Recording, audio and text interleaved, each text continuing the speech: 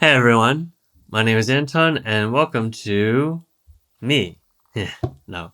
In today's video, I'm gonna be talking about my first 2 weeks in the Kygo Masterclass. And the reason I'm doing this is because I think I want to do more of these like update kind of videos, but maybe not every week. This here is the class, basically. And don't think there's a problem if I show you guys what's going on, but yeah, this third week is about vocal chops and stuff. And actually what I'm gonna talk about is everything up till today. So the Kygo masterclass is 30 days long, as you can see here. And it's split into a first section of 2 weeks and then another two sections of 1 week in length each. And in each section, you're making your own song, you're getting peer feedback and stuff like that. And you get access to 40, is it 41 or something like that? 41 demos. A demo being like vocals, piano, and guitar or something like that to work with. And of course, if you've seen my previous videos, you probably have the link to those. So I hope I don't get banned for doing that. Basically, halfway in, I'm not very impressed with the class, or specifically Kygo's production, and especially like what he's shown of it. Like, granted, this is only 2 weeks in, and is only after the first section that is mainly very introductory. Hope we'll see. But I mean, my gripes with that can be summed down to one thing: is that he's not very technical at all. Like, when I say that, like, I mean it more of like he doesn't teach well, or he can't teach. When I say that, I mean, so say for example, all the YouTube resources on making melodies, right? They probably all say kind of similar things like, you know, if you want a melody to be memorable, like you want it to cover a small range of notes. Like if it's too wide of a range, then it's like kind of hard for people to remember like how high it goes, or it's not singable or whatever. And then you want to have like motifs, right? Because repeating motifs makes it also memorable and easy to sing and whatever. And it's like the earworm kind of effect, right? But when it comes to melodies, like Kygo does not say any of that whatsoever. In fact, all he did was have his MIDI keyboard and jam, which that's great.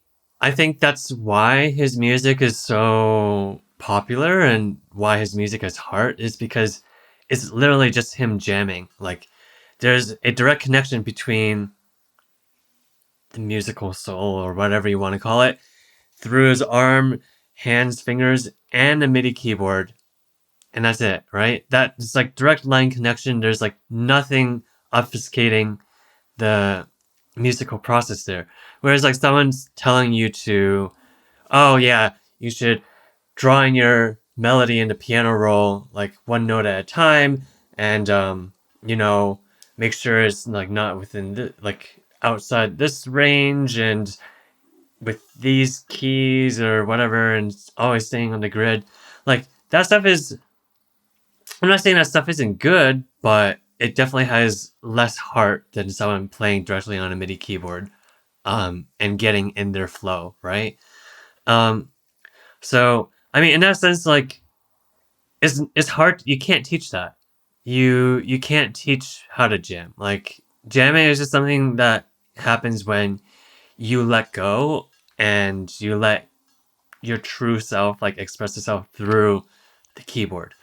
And that's kind of unfortunate because like I think, at least for me, I came into this class expecting that, you know, he would have more of those like practical implementable tips or guidelines like the ones that I mentioned earlier, and he doesn't. It's just like literally everything he has suggested so far when it comes to the songwriting part. So like melody, chords, maybe some background elements like arps or whatever, and surprisingly, even the vocal chops is all get your VST instrument, MIDI keyboard,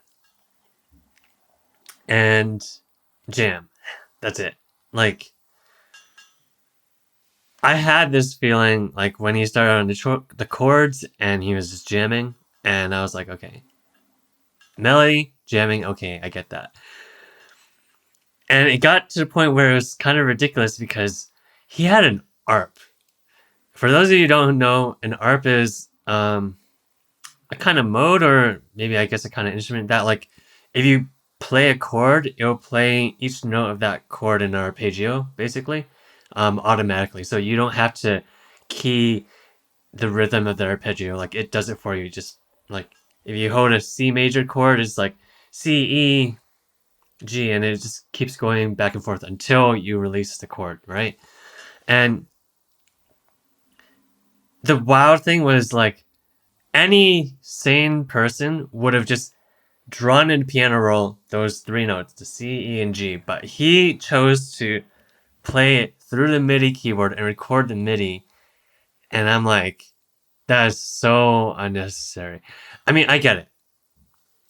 You get velocity information from the keyboard, you get different release times when you lift your fingers off the keys. Maybe he wants that, but I don't think ARPs are, especially ARP instruments, are that that intricate that they can change the velocity of each particular arpeggiated note according to the actual velocity of the entire chord note, if you get what I'm saying.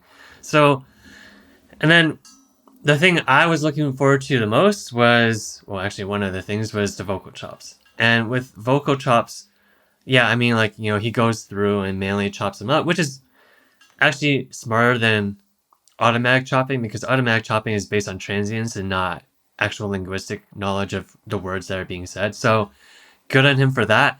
But then he linked them all to his MIDI keyboard, and then he just started jamming on them. I'm like, yeah, I was kind of expecting something a little bit more. I don't know.